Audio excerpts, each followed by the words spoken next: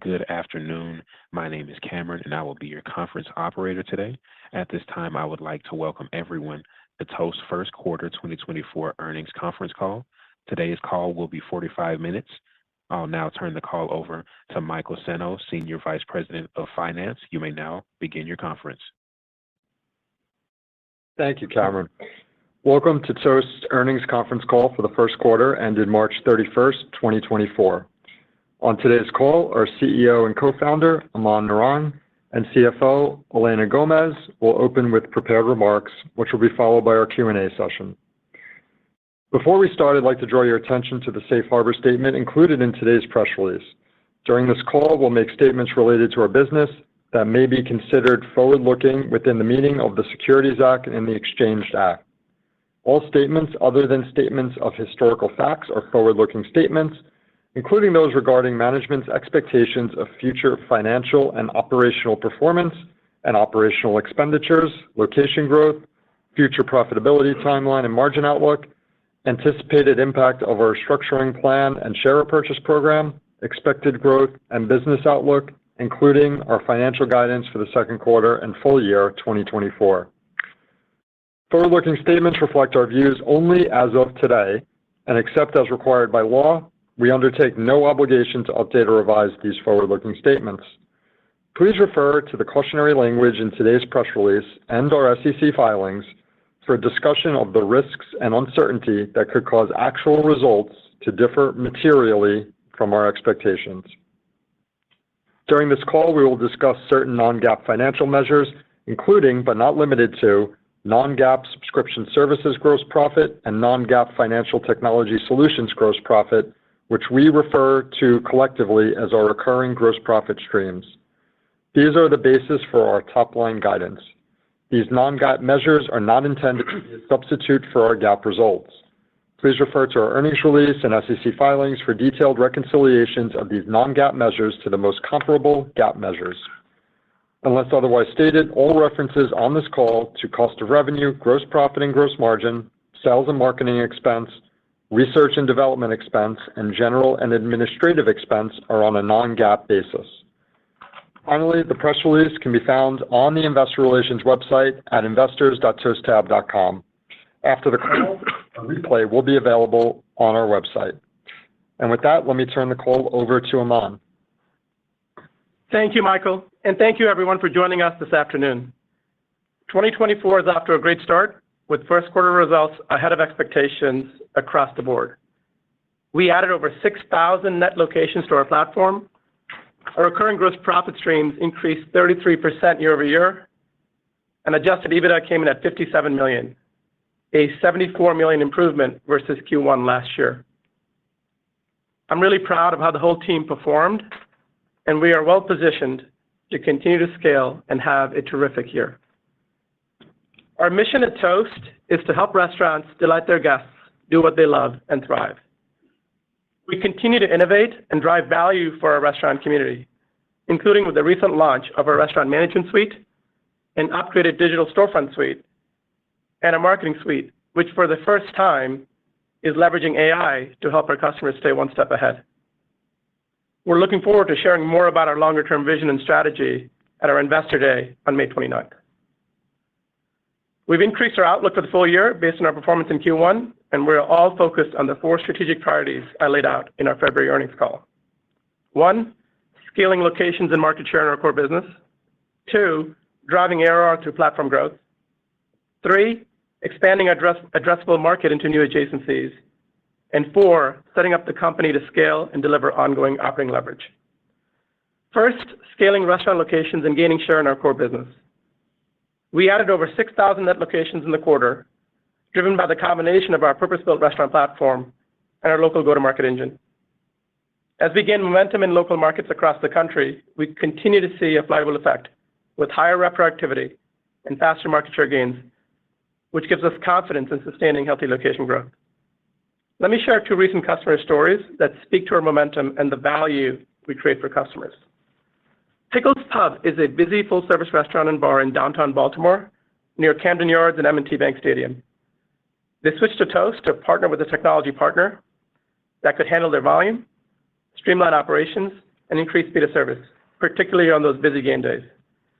On opening day for the Orioles, they blew through their previous sales record and credit the uplift in part to faster speed of service after implementing Toast Go handles, mobile order and pay, and kitchen display systems. Since switching to Toast, they have reduced order-to-delivery times for drinks to under a minute. And in addition, the addition of mobile order and pay has opened up a new service model with 20% of food and drink orders coming in directly from guests, scanning QR codes at the table and placing the orders themselves. I'm also excited to announce our agreement with Snooze Eatery, a breakfast and lunch concept with over 70 locations nationwide. Snooze needed a technology partner that could support their growth plans and provide a better guest experience with faster and more accurate service. They're rolling out Toast across their footprint, and for the locations they've taken live, they're already seeing benefits. Toast handhelds have increased server capacity, leading to higher sales, higher tips, and greater earnings. As these two stories highlight, our focus on creating products that drive value for our customers continues to drive our growth.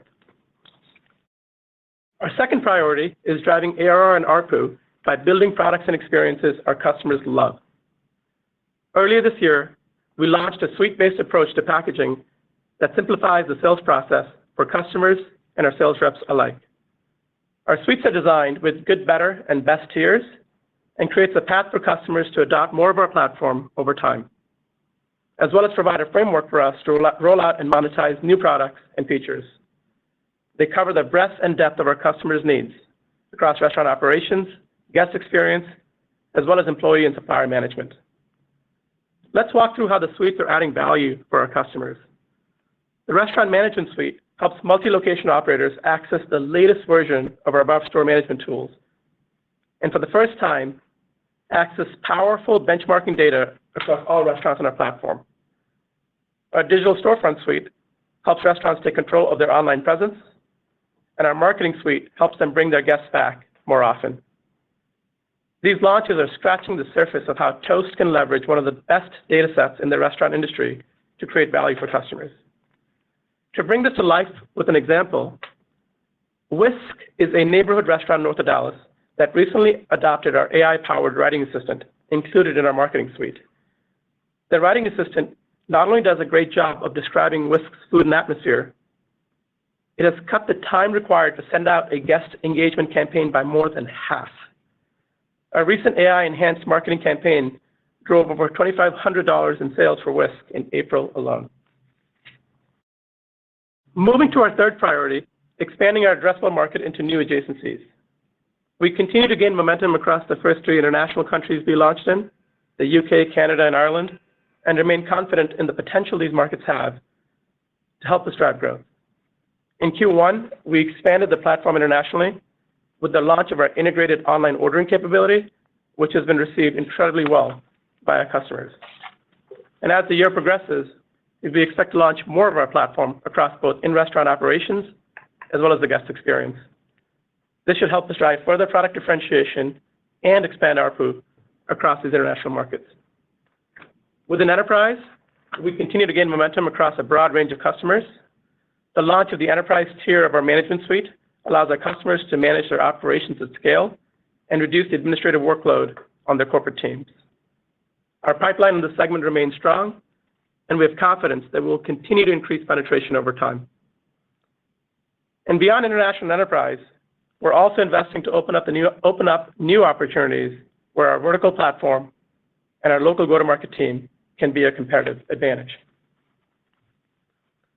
Our fourth priority is setting up the company to scale and deliver ongoing operating leverage to complement our growth. As I mentioned, we delivered over $57 million in adjusted EBITDA in the past quarter, a $74 million improvement versus Q1 last year. We have aligned our resources on our most important priorities and are building a culture where everyone across the organization is taking efficiency seriously. This allowed us to increase our full-year guidance and puts us on track to expand margins by over 13 percentage points at the midpoint versus last year, without sacrificing our most important growth and innovation initiatives. To wrap up, I'll leave you with a few thoughts. One, I'm confident in how we're executing and thrilled to be leading this team. And two, we're still in the early innings of what is possible and have the foundation in place to capitalize on this incredible opportunity ahead. I want to thank every Toaster for your continued dedication and passion for our mission. We wouldn't be here without you. Our customers for entrusting us to support you all, and our investors for believing in us and the potential in this business. Thank you, and now I'll turn the call over to Elena to share more about this quarter's results. Thank you, Aman, and to everyone for joining today. To start, I'll reiterate a thank you to our entire Toast team, whose hard work and continued execution led to another successful quarter. Top and bottom line results exceeded expectations, evidence of our operating momentum and disciplined approach at driving both growth and profitability. In the quarter, ARR grew 32%, and total fintech and subscription gross profit, our recurring gross profit streams, increased 33% year over year. Adjusted EBITDA was $57 million in the first quarter, a 19% margin on our recurring gross profit streams, up 26 percentage points from Q1 last year. In Q1, we executed on reshaping our cost structure, better aligning our investments with our highest priorities and positioning ourselves to go faster on key growth initiatives. We now expect slightly higher annualized run rate savings and to capture more in-year savings in 2024 than initially estimated, including in Q1. The first quarter also included one-time cost benefits related to the restructuring. Those factors, coupled with stronger than expected GPV as the quarter progressed, led to significant adjusted EBITDA outperformance in Q1 and contributed to the increase in our full year outlook. Our conviction in the opportunity ahead is stronger than ever. We will reinvest part of the incremental savings in key growth areas. We added over 6,000 net locations in Q1, increasing total live locations to approximately 112,000, up 32% year over year.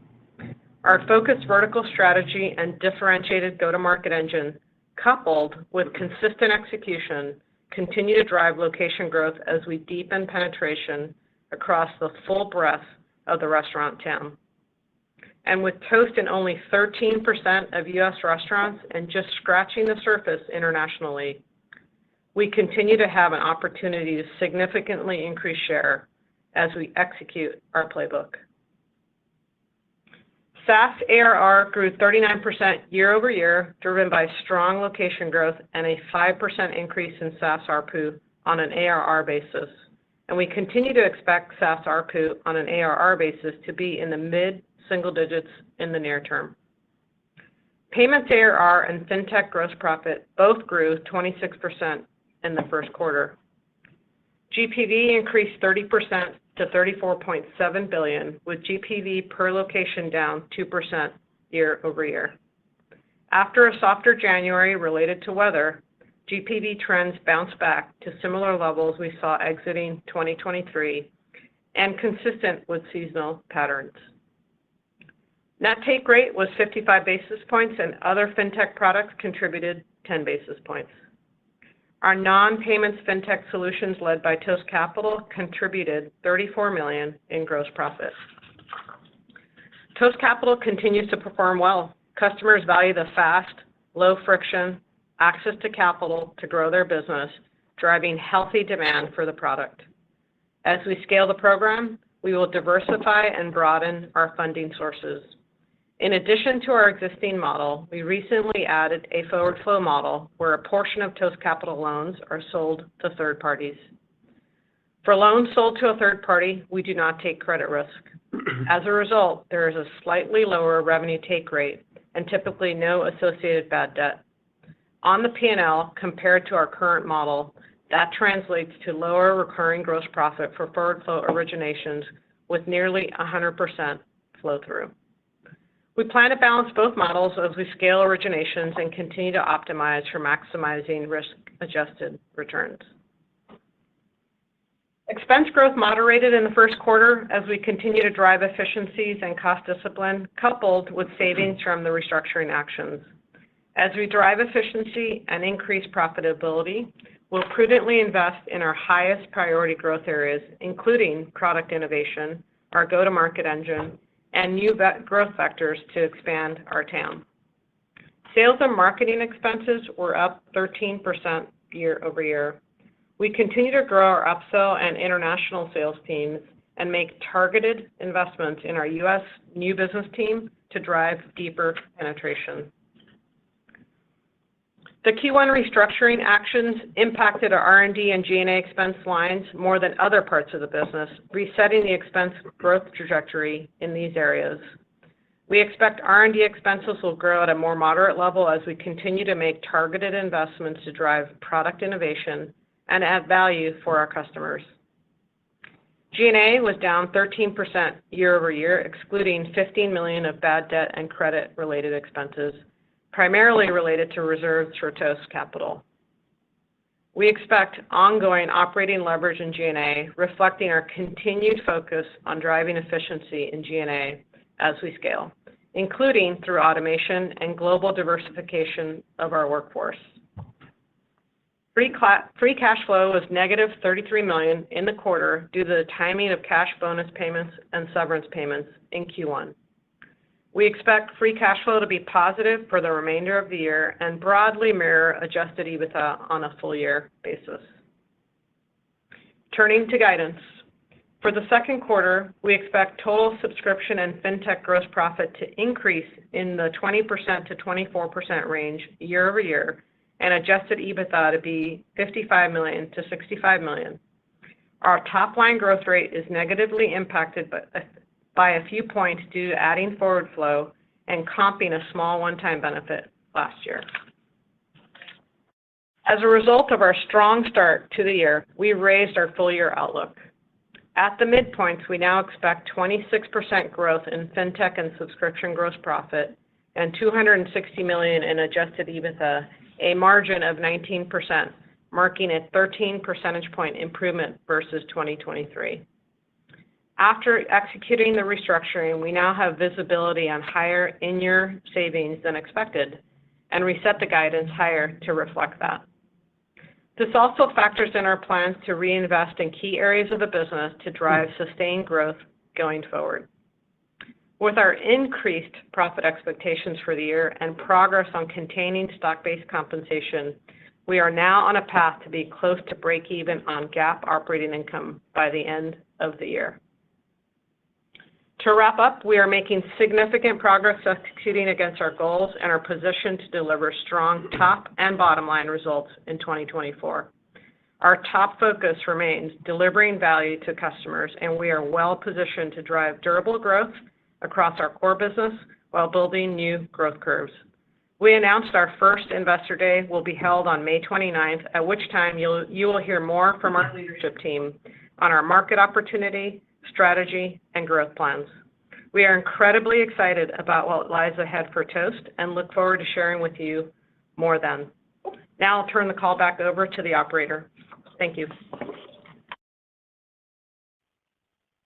At this time, I would like to remind everyone in order to ask a question, press star, then the number 1 on your telephone keypad, and we'll pause for just a moment to compile the Q&A roster. Your first question is from the line of Josh Baer with Morgan Stanley. Your line is open. Great, thanks for the question, and congrats on a good quarter.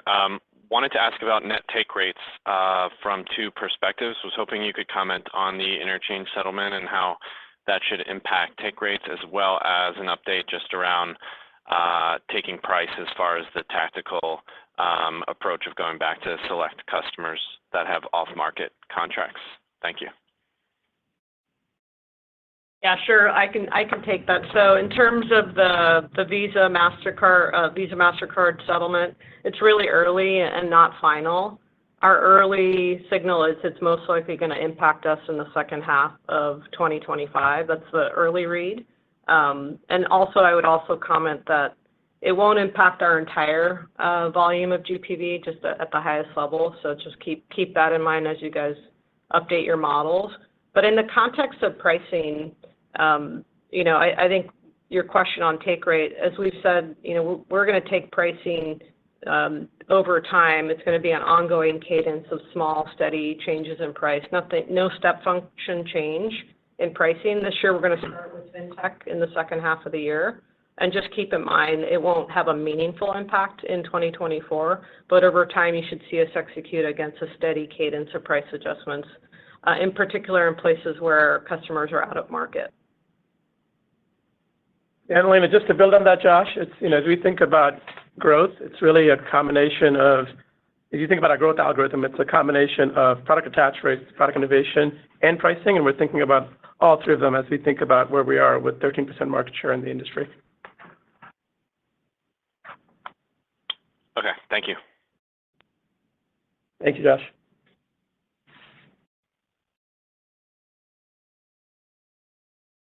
The next question. Operator, we'll take the next question. David Koning with Baird.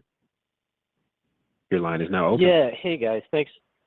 Yeah, thanks so much. And I guess, first of all, it looked to me like Q2 recurring GP growth is actually a little lower than the back half. It looks to me like you're calling for a reacceleration in the back half. Is that right? And what would that be attributed to? Yeah, so a couple things. One, our recurring, let me just start giving context for the full year, and then in Q2, there's some dynamics at play. But yes, if you look at the full year, our full year guidance at 26% at the midpoint would imply that obviously that our RGP grows over time. Q2, there's a few dynamics at play. One is the implementation of forward flow, which we talked about, and we're comping this one-time benefit to SaaS revenue in Q2. So those are contributing to a lower recurring gross profit in Q2. And then we talked about targeted fintech pricing towards the back half of the year, and that will be slight and gradual. Gotcha. Thank you. And just maybe as a follow-up, you talked about GPV per location being down a bit, just especially because of January. What is kind of April, May, June? Would we expect acceleration just because you don't have January, obviously, in Q2? Yeah, so I think, so you're right, Josh. What happened in Q1, we had recall January was a lighter, we had the weather pattern that impacted January. As the quarter progressed, we saw GPV get back to sort of sustained levels or seasonal levels. So we're, overall GPV was down on a per location, down 2% in Q1. As we enter into the first part of Q2, down low single digits as we enter into the quarter. So that's what I would say. And then back to the question on the guidance on GPV, just keep in mind, GPV towards the back half of the year that started to decrease in the back half of last year on a per location. So when you look at the end of towards the back half of the year, you'll see that the GPV compares improve. Gotcha. Thanks so much. Nice job. Thanks, Dave. Dave. The next question is from the line of David Hynes with Canaccord Genuity. Your line is now open. Hey, guys. Thanks for taking the question. Aman, I'd love to ask about the new suites that were rolled out, Management Suite, Digital Storefront, Marketing Suite. If you think about kind of sizing the opportunity in the installed base, how do you think about that? And then maybe you could talk about, are there incumbent technologies there? Is it more of a greenfield opportunity? Like, what are the competitive dynamics? Yeah. Hi, DJ. Thanks for the question. If you look back the past couple of years, we've launched a lot of products, and really the driver behind these suites was to simplify. And so we've introduced these suites to package our products and really simplify the sales process, both for our go-to-market team and our customers, in terms of how easy it is to adopt and leverage the platform. The suites are organized into good, better, and best tiers to help both let our customers start off, for example, at one tier, and then over time, as they see value, adopt more of it. And also, as our team is driving more innovation, having a framework where our team can deliver more capabilities without just continuing to launch more and more products. So I think it simplifies it for everyone. And in terms of like the types of products and areas we're investing in, of course, we're going to continue to invest in the lines of business and products we offer. This is across commerce, this is restaurant operations, guest experience. We've launched a lot of products there, employee experience, fintech, and supplier as well. And then I think the other thing that we're tracking very closely is how does AI and data play a role? So, one of the things that we think is really powerful is we've got, one of the most, if not the most powerful data set in the restaurant industry. And so how do you leverage that to help restaurants be more successful? One example is in our management suite, we've added data benchmarking to help restaurants better understand how they benchmark relative to their peers, both on sales data, menu data, even what to put in menus. And so just helping them be smarter by leveraging the data. And then on things like our guest management suite, we're leveraging AI to drive campaigns, again, leveraging all that guest data that's in our platform. So that's another big area of focus for the team. Yeah, that makes sense. Thank you. Thanks, Vijay. Your next question is from the line of Harshita Rawat with Bernstein. Your line is open. Good afternoon. So, Elena, you talked about 30 to 35% margin target long term as you think about percentage of gross profit. As now we think about the operating leverage you're achieving in the business and also kind of pricing, that gradual adjustment as a component, is there a change in thinking about that long-term profitability target? And also, how should we think about long-term GAAP profitability as well? Thank you. Sure. Great question. So, I'll provide context on our long-term financial profile at Analyst Day, but just sort of pivoting back to 2024, our guidance shows significant progress on margin, and you've seen us deliver that efficiency and scale over the course of the last several quarters. So we're going to continue with that discipline. And you heard Aman talk about his strategic priorities he's laid out. We're positioning the company really to drive ongoing operating leverage while we're balancing that with growth and innovation. So I don't have an update today, but we'll update you at Analyst Day. And you had a question on GAAP, actually. That's a really good point. You had a question on GAAP. Overall, just keep in mind, we've been very focused on stock-based comp as well, as you've heard us talk about that. So that's really what's driving our confidence in the updated guidance on GAAP on this call. Thanks. Your next question is from the line of Tien-Tsin Huang with JP Morgan. Your line is open.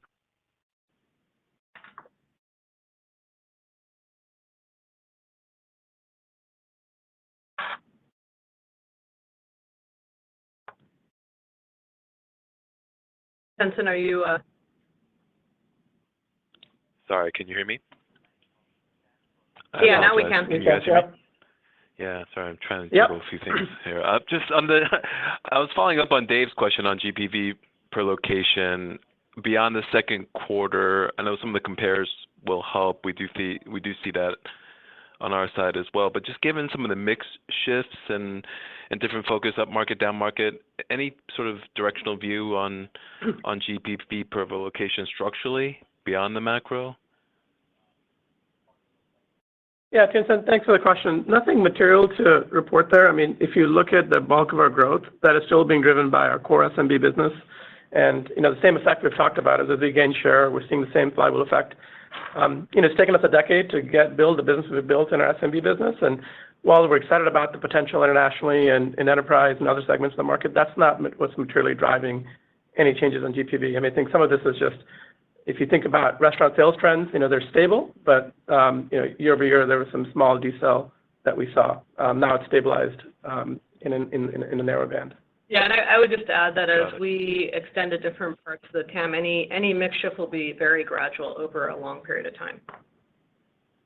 Makes sense. Yeah, you got a big base here. Okay, just my quick follow-up, maybe for you, Aman. Just we get a lot of questions on competitive intensity, and a lot of your peers are upgrading tech and verticalizing and adding more software content around these verticals. Are you seeing any change there, and does it change your sort of focus around product velocity or going into adjacencies, that kind of thing? Yeah. I mean, look, we're also investing in a big way to continue to innovate for our customers. I talked about some examples with how we're leveraging data and AI to just really help this customer community with this unique data asset that we have. And, maybe I'll start by saying we had a great quarter. You saw 6,000 net adds. I think great momentum in the business. This speaks to the team's execution, but also our platform and our go-to-market engine. And, this is always, like we've said this before in calls, but it's always been a competitive market. I think we continue to see great execution, good win rates, productivity from our team is strong. And we continue to believe the biggest factor that's going to drive our growth long term is our own execution, getting more of these markets into flywheel, getting word of mouth, getting customer experience to be the best it can be. So nothing material to report. We track a lot of this very closely across competitors, nothing material to report at the moment. Great. Well done. Thank you. Thank you, Tim. Your next question comes from the line of Peter Heckman with D.A. Davidson. Your line is open. Good afternoon. Thanks for taking my question. Some of my questions echo what we've already heard, but when you think about that roughly 850,000 restaurant locations in the U.S., I guess, how do you feel about how much of that is addressable by your current solution, either the turnkey option or software, hardware, but not with payments? I guess, how difficult will it be as you move up market to displace some more modern software or more modern payment players? Yeah. Thanks for the question, Pete. Look, I think if you look at the overall TAM, we see there's a lot of room for us to continue to grow in our core TAM. If overall Toast is about, I think, 13% of U.S. restaurants, as Elena mentioned. Within SMB and mid-market, that penetration is a little bit higher, mid to high teens. And of course, enterprise is still nascent and it's early. Even in these markets that are the most penetrated, where we've got 25-30% share, these are the flywheel markets we talk about, we still see some of the strongest growth in terms of net adds in those markets. And so the number one focus of the team is to get all of our markets into flywheel state. As we think about in enterprise, you asked about upmarket, I think at least what we see is that the adoption of cloud upmarket is lower. There's more of the legacy solutions. And I think part of why we've expanded our platform to support partners like FreedomPay is to make the platform more accessible in ways that customers want to buy. So we're more flexible upmarket, based upon what our customers need. And of course, we've got hundreds of partners as well that are on top of our platform that can build on our solution as well. So I think certainly, as we think about going upmarket, we're happy with the momentum and the progress we're making, but we also want to be balanced about making sure that the customers we take on, are in line with where the platform is going. So we don't want any one customer to take over our roadmap, for example. Okay, that's helpful. And then, have you talked about what's implied from a net revenue retention basis in your annual guidance? Do you think we can see that uptick after the downtick in 2023? Yeah, we haven't commented on that specifically, so nothing new to report on that today. Okay, thank you. Your next question is from the line of Stephen Sheldon with William Blair. Your line is open. Hey, thanks. Maybe want to start with you, Aman. I want to get some more detail on the benchmarking analytics. How robust could those capabilities become, and how does this support even more differentiation for your platform relative to competing vendors? It seems like you'd be in a very favorable spot to provide benchmarking given your size and scale. So how important could these capabilities be to your restaurant owners, operators, and is this a capability that they've been asking for? Yeah, thanks for the question, Stephen. They have been asking for it. I think, as you know, at the scale that we're at, we've got likely one of the best data sets in the restaurant industry, and so our team is thinking about what are ways in which we can apply it to really add value for restaurants. And one of the use cases that, frankly, has come up for years at this point is how can you leverage this data to better understand things like, what are you seeing in terms of sales trends? What are you thinking in terms of inflation and price adjustments? What are you seeing in terms of what's on the menu, pricing on the menu? And so there's a whole host of use cases where our customers value understanding that data across their geography, zip codes, nationally. And so that's really what's driving that benchmarking initiative. And the early signs from our customers has been very positive. Again, it's early, so we're still iterating on the product based upon customer feedback. but it's leveraging, the data that we have. Very helpful. And then maybe as a quick follow-up for Elena on location growth, what's your level of confidence now in being able to surpass 2023 net adds? Are you still on track for that, given the outperformance in the first quarter and what you're seeing in the pipeline? Yeah, no, absolutely, Stephen. Like, as Aman said, we had a strong start to Q1, and we're seeing a lot of great momentum from the sales team on the ground. Q2 is typically seasonally stronger, and we don't see any reason why that will be different. Seeing really good demand, and the funnel's strong. So overall, we have no reason, we still believe that we'll add more locations in 2024 than we did in 2023. Great. Thank you. Nice work. Thanks. Your next question is from the line of Tim Chiodo with UBS. Your line is open. Great. Thank you for taking the question. I want to talk a little bit about the sales team. So you mentioned investing behind the upsell team, the international sales teams. I believe the last time that you formally disclosed the size of the overall sales and marketing organization was at the time of the IPO. It was about 730 people, and a subset of that would have been the actual quota-carrying salespeople. Could you just give some directional color on how large that team may be now, how large the 730 might have grown to? Anything to give us some context on the overall size and breadth of the sales team? Yeah, so thanks, Tim, for the question.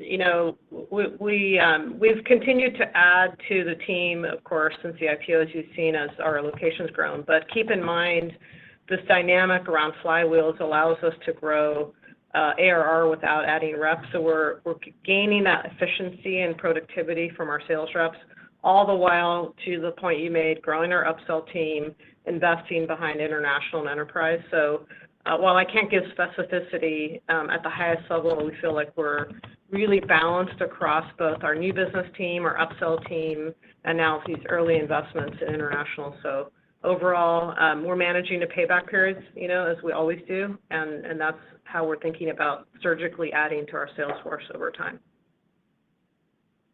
Great. Thank you. And if you don't mind, just a brief numbers follow-up. The forward flow for Toast Capital, you mentioned a little bit of an impact for Q2, but just broadly speaking for the rest of the year, roughly what would that have been in terms of gross profit or recurring gross profit impact, i.e., would the recurring gross profit guide have been a point or two higher absent the forward flow change? Yeah, it's early, Tim, so the impact in 2024 won't be as meaningful as I would give you that context for the balance of the year. Okay. Thanks a lot for taking both of those. Thanks, Tim. Your next question is from the line of Jason Kupferberg with Bank of America. Your line is now open. Thanks, guys.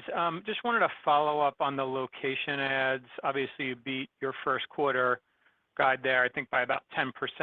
Was hoping you could talk about which segments of the end market drove the upside, and what is your specific expectation for Q2 net ads? Yeah, thanks, Jason. We had, as I mentioned earlier, the bulk of the growth came from our core business. Within our core business, we continue to see, as we get more markets with higher share, it's driving our productivity. And our team's focus is really getting more and more of our markets into the flywheel state so that we can keep on and on benefiting from the scale that we're at. Seeing early good momentum within international and enterprise as well.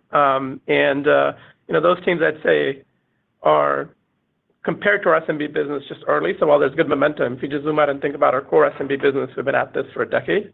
And so these new businesses, while they're contributing, and over time, you should expect them to contribute more as a percentage. The bulk of the ad growth today is really still coming from our core SMB business. Yeah, and in terms of Q2, it's seasonally higher, Jason, but nothing specific. But our momentum is strong.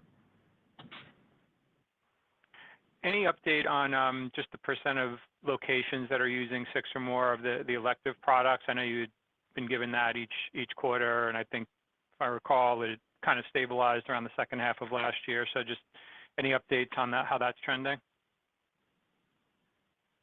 Yeah, sure, Jason. I think that metric overall is just less relevant for us. We've added more and more products that now we've packaged up, as I mentioned, to these suites, just because it's simpler for our sales reps to sell or customers to adopt. We added these good, better, best tiers where, they can start with one version. Like as an example, a digital storefront suite, you can start with a version and then add advanced capabilities like websites and advanced versions of online ordering. And so really the better metric now is adoption of suites at different levels. And of course, we're tracking that with ARPU. Okay. Thank you. Thanks, Jason. Your next question is from the line of Matt Code with Autonomous. Your line is open. Hey, guys. Thanks for taking the question. Wanted to ask one more on capital. I'm curious if we looked at it from a different perspective, so not the dollars of gross profit, but rather the dollars of contribution margin, so thinking gross profit less your reserve build. Do you think this forward flow agreement will help you kind of like expand that growth, that contribution margin percentage and grow contribution margin going forward?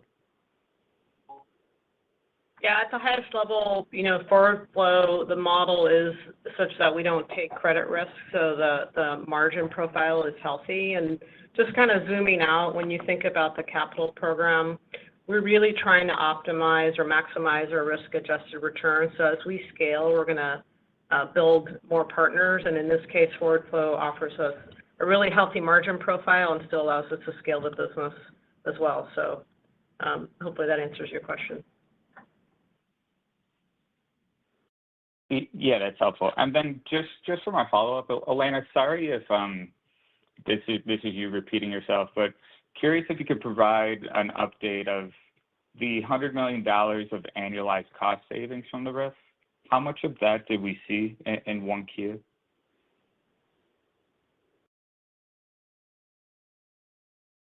In 1Q, did I say?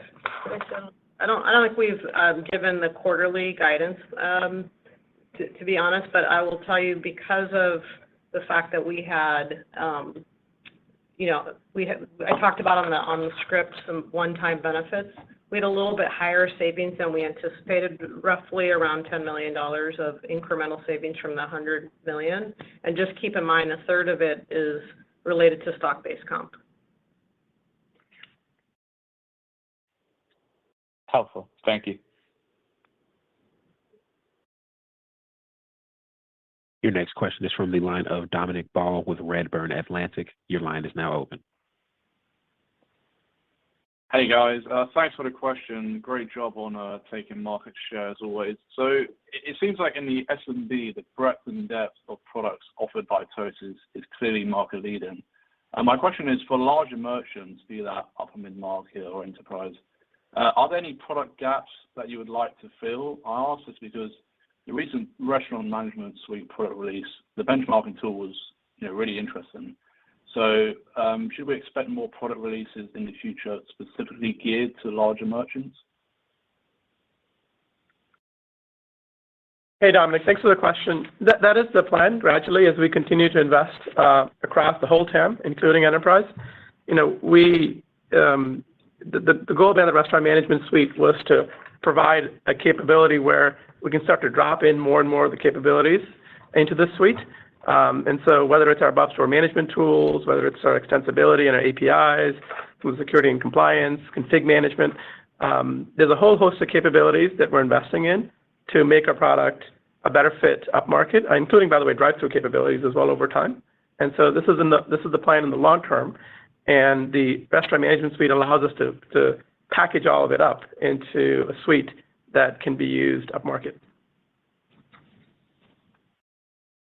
That's super interesting. And just one more, if that's okay. For international growth, how should we think about the product pipeline, the product parity with the US, and then the subsequent OpEx attached to that? So what I mean is because in the US, you sort of built these products from scratch, and now that isn't the case when you go international. Is there a lower cost of growth, or because there's different markets, is there actually a higher initial cost of growth? Thank you. Yeah. I think, look, maybe I'll just say that if you look this quarter, we announced the integrated online ordering, which is a big feature request from our customers internationally. It's been really well received. And there's a roadmap to continue to invest and expand the product, both from a guest experience standpoint and in restaurant operations perspective, to support our international customers. A lot of that is driven by our customer base. I think the incremental investment to build out the product certainly not the same as building the product for the U.S. market, given we're building on top of what we built here over the past decade. And also, I think one more thing I'll call out is we've built a framework here where, whether it's language or currency or location-specific requirements, payments, for example, is one. The capability is reusable across new markets. So as we enter the next scale of markets over time, it should actually allow us to go even faster. Cool. Thank you, and great job again. Cheers. Thank you. We will now take our last question from the line of Shariq Sumar with Evercore ISI. Your line is open. Hey, hi. I just wanted to ask about the cadence around the SaaS ARPU for this year. Like, is there any kind of fluctuation that we could expect? And probably, I mean, I know it's kind of a bit too early, but thinking beyond 2024, I mean, just wanted to get a sense on the upsell strategy here, that could we expect to see any kind of potential improvement in the SaaS ARPU growth trend from here?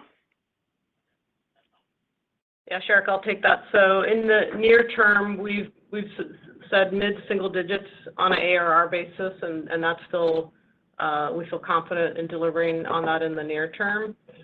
Zooming out, when you think about our opportunity long term, there's really a few things we think about. One is growing our attach, right? And that's through optimizing the breadth of products we have and working on product market fit, our upsell team, pricing and packaging. And then there's innovation. That's, we're continuing to invest in our R&D team to drive future innovation. And then, of course, as we've talked about, we will implement an ongoing cadence of small, steady pricing changes over time, both on the SaaS side, but also even on the fintech side, even though I know you're asking about SaaS ARPU. So we have an opportunity over time, to grow our ARPU, but in the near term, mid-single digits is the right proxy on an ARR basis.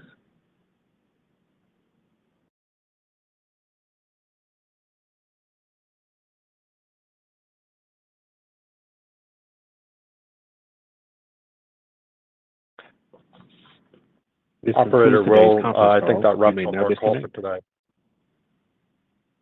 Perfect. This concludes today's conference call. You may now disconnect.